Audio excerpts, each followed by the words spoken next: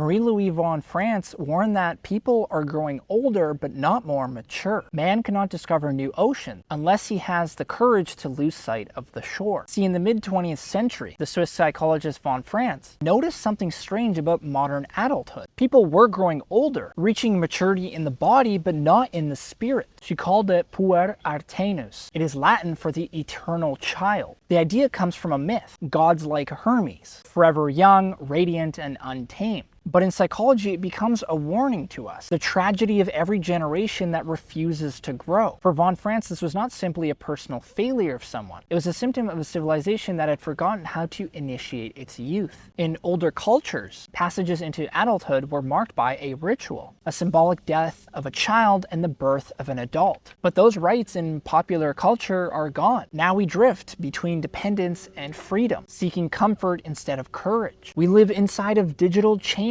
within our phones, screens, fantasies, and endless escapes. Von France called this the neurosis of modernity. A society that cannot transform its children into adults remains forever in adolescence itself. At the core is the mother complex in this, the bond that nourishes early life, but suffocates it when it never loosens. The devouring mother does not destroy their children through cruelty.